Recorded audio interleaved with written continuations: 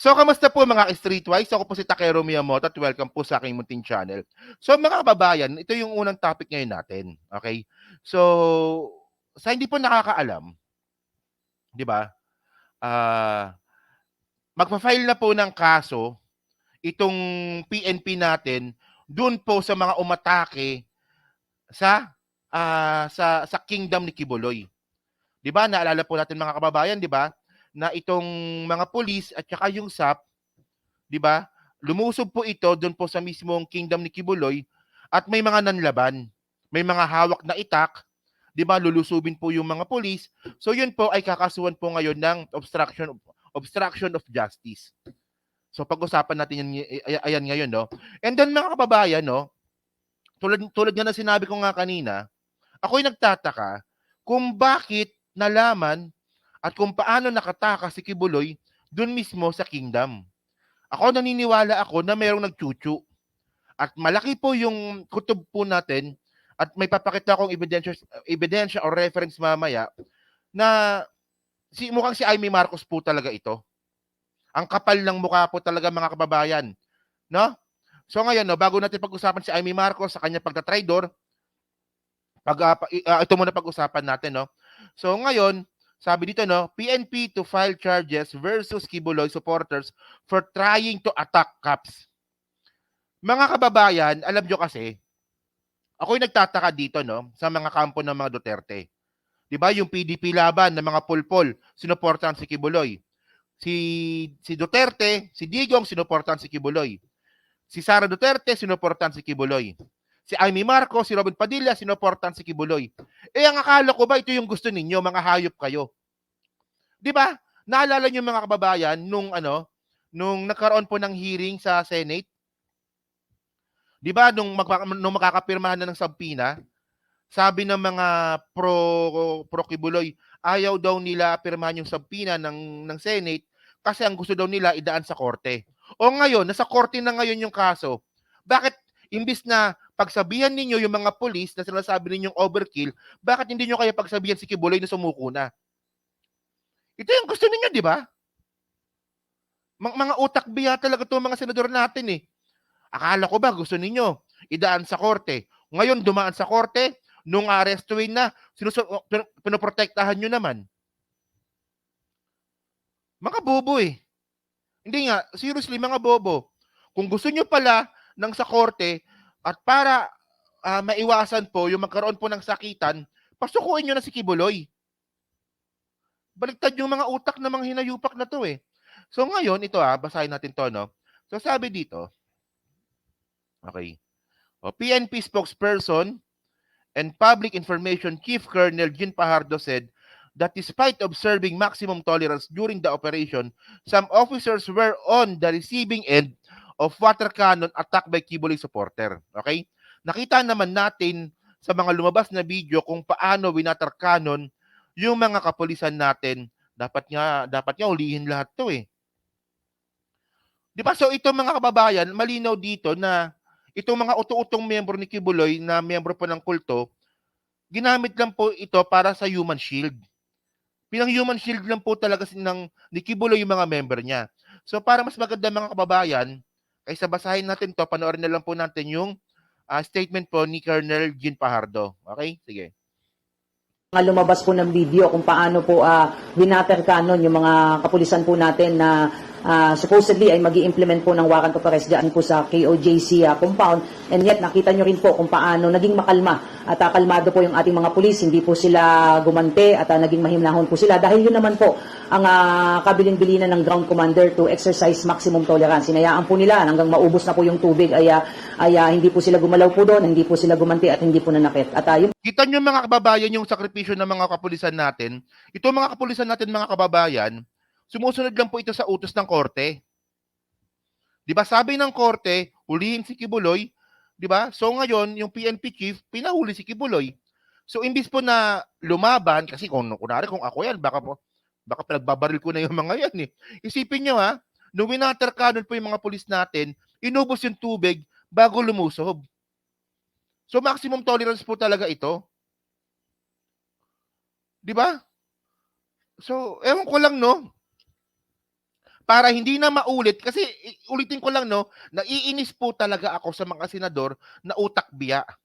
Imbis na kondinahin nyo po yung mga pulis na sumusunod lang po sa utos, bakit hindi nyo na lang sabihin na sumuko na si Kibuloy para wala nang madamay ng mga sibilyan at mga bata? Di ba? Oh, parang sakristan ang mga pulis. Sige, continue. Po yung pakiusap po natin, sir. I want to take this opportunity na manawagan po doon po sa mga supporters and followers po ni Pastor Kibuloy na sana po ay respetuhin po natin yung legal process. Nandun po yung ating mga kapulisan. Kung mapapansin niyo po ay this is bigger than the usual po na pag nag-i-implement po tayo ng warrant of arrest dahil we have to also recognize yung high profile status po at nature po ng ating subject. At paalala din po natin, hindi lamang po isang tao yung ating hinahanap dito. May 5 pa po tayong akusado na hinahanap dito. At yung ating pong desisyon ng leadership po to deploy appropriate na number of personnel is anchored on the fact that these are anticipated na there will be some resistance and tension. That's why yung presence po ng maraming police po natin doon, particularly yung CBM contingent po natin, is to really maintain order at of course prevent any unforeseen incidents. Nakakalungkot po na doon po sa area po ng Glory Mountain ay may mga bata pa pong talagang pinangharang doon sa ating mga tauhan. Sana nakikiusap po tayo sa mga magulang po ng mga bata pong ito na alam. So ayan ang pangit, mga kababayan, no? So ginagamit po talaga ng human shield ni Kibuloy yung mga miyembro niya. So kasama po dito yung mga bata. 'Di ba? Ginagahasan niya na nga yung mga bata, ginagamit niya pang human shield. Kapal ng mukha no? Hindi nga, 'di ba?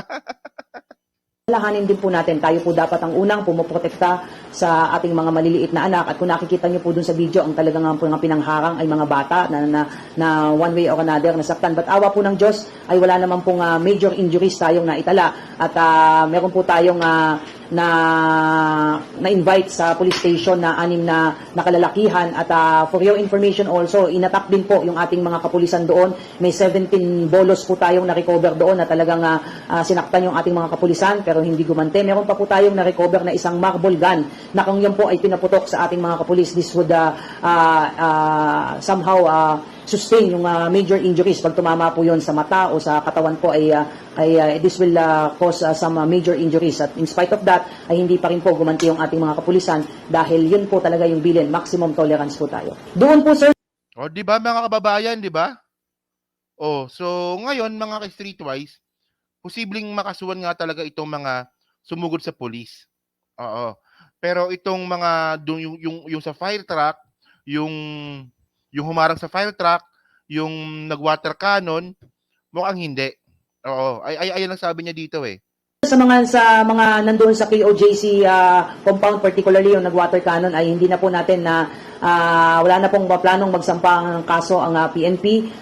Kausap po natin yung Police Regional Office 11. But doon po sa nangyaring insidente po, doon po sa Glory Mountain kung saan may mga talagang attempt na atakihin po yung mga police po natin. So may 6 po tayong dinala sa station pero kinuhanan lang po natin ng ilang detalye pero nirelease din po natin pero we intend to file through regular filing po for obstruction of justice po. O, di ba? So ngayon obstruction of justice daw po yung ikakaso. So ngayon, mga kababayan, no, so yung obstruction of justice po na yan, saan ba yun? Ito yan eh. Ito. Pakita ko sa inyo. So yung obstruction of justice po, mga kababayan, may halo itong kulong.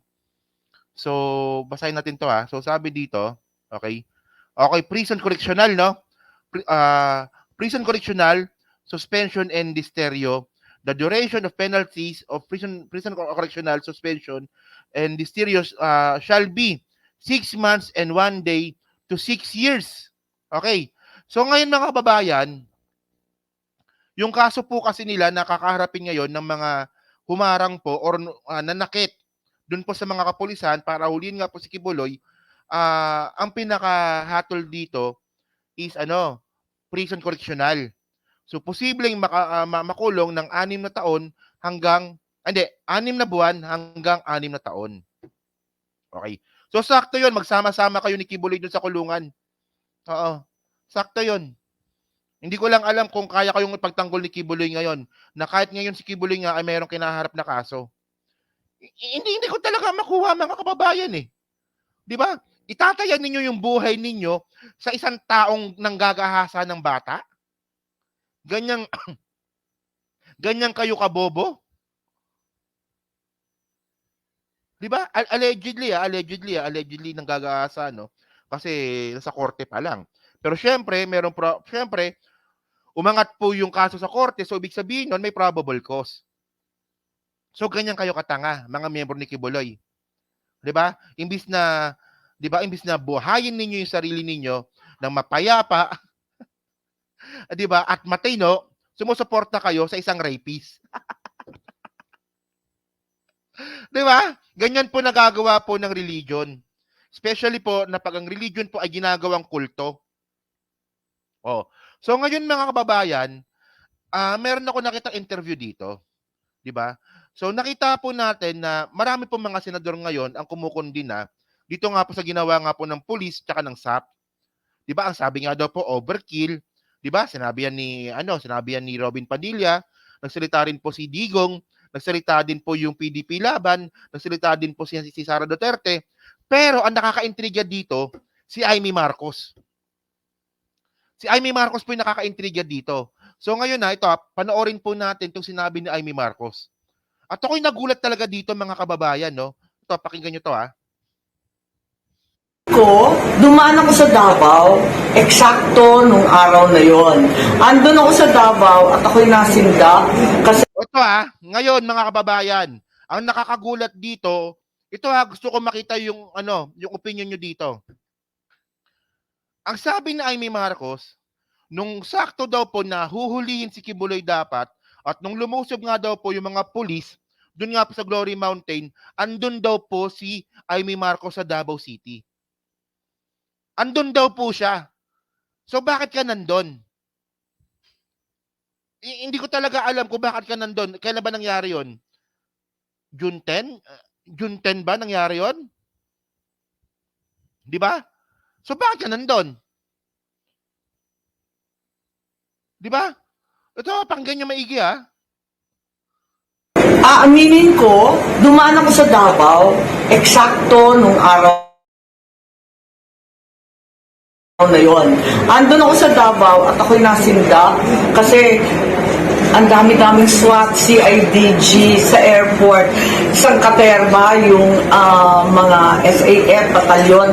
Nakita ko yung dalawa, tatlo ba na PNP helicopter, may kasama pang drone, may mga Ito, merong comment si Edel Toto Valdez, si Sir. O sabi niya, nandoon si Amy sa Davao para alalayan si Kibuloy. Hindi nga doon, 'di ba? Ang dami-daming araw na pwede ka pumunta ng Davao, doon pa mismo sa araw kung kailan hulihin si Kibuloy. Hindi nga, 'di ba? Ang daming araw na pwede kang pumunta. At ano bang meron sa Davao nung araw na 'yon kung bakit nandun ka? 'Di ba?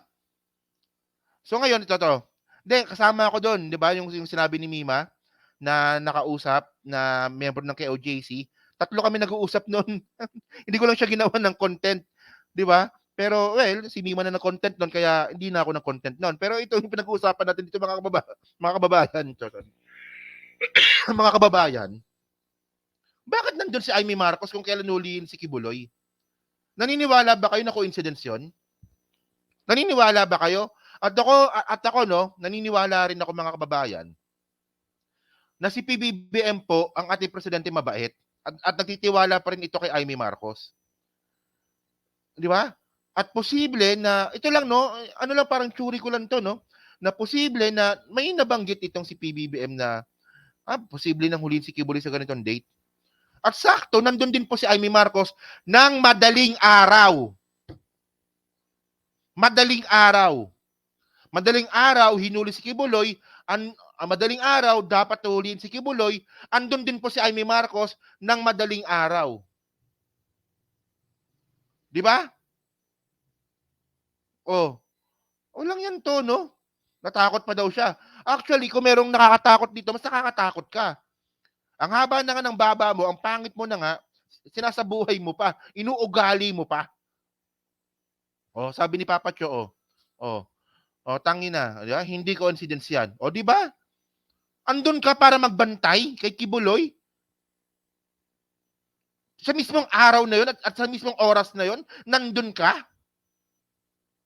Kababae mong tao, sumusuporta ka sa isang nanggagahasa? Di ba? Kababaeng tao na to eh. Well, ganyan talaga pag medyo kulang sa dilig, di ba? Ulitin ka natin, nainis ako eh. Tingin ko, dumaan ako sa Davao, eksakto nung araw na yon. Andun ako sa Davao at ako'y nasinda kasi ang dami-daming SWAT, CIDG sa airport. Isang katerba, yung mga SAF batalyon. Nakita ko yung dalawa, tatlo ba na PNP helicopter. May kasama pang drone. May mga sniper pa sa tuktok ng mga... Kita nyo mga kababayan, alam na alam niya. Alam na alam niya, no? May sniper, may drone, sangkatutak. So, ibig sabihin, nandun ka nung nangyari yon. Nakuha nyo ba? Ulitin ko lang ang sinabi niya, oh. Sabi niya, oh. Mga SAF batalyon. Nakita ko yung dalawa. Nakita niya daw. Nakita niya. Nakita niya. Ano yung nakita mo? Ano yung nakita mo? Nakita ko yung dalawa, tatlo ba na PNP helicopter. May Nakita niya na mayroong PNP helicopter. kasama pang drone. Nakita niya na mayroong drone. May mga sniper pa sa tuktok Nakita niya na mayroong sniper. ng mga building. Ako'y natakot. Talaga naman. Paano ka matatakot? Paano ka hindi matatakot? Nandun ka sa mismong area. Isipin nyo mga kababayan, no? Ito, ulitin ko lang mga kababayan. So ngayon, binabanggit ni Amy Marcos na nung mismong araw, no, kung kailan huliin si Kibuloy, andun siya. Nakita niya na merong drones, nakita niya na may mga pulis, nakita niya na merong helicopter, nakita niya na merong sniper. So ibig sabihin nandun ka. Andun ka nung nangyari 'yon. So ano ginagawa mo doon? 'Di ba? Andiyan si Banat Boy, oh. Ay, kaloka. Kaloka ang haba ng baba ni Mother. Kaloka. Amy, kaloka. Paano mahuli yan si Pastor kung mismo si Amy Marcos nakabantay? Tingnan mo yung mukha na yan, no? Ewan ko lang, no? Ako, ayoko mag-face shaming, pero kung gaano ka kapangit, ganoon din kapangit yung ugali mo. Walang yan to. Sige, continue, ha. Nakabahan ka ng todo at yung Davao City naging pawang war zone. Bakit naman nagkaganon? Kinailangan ba talaga yon?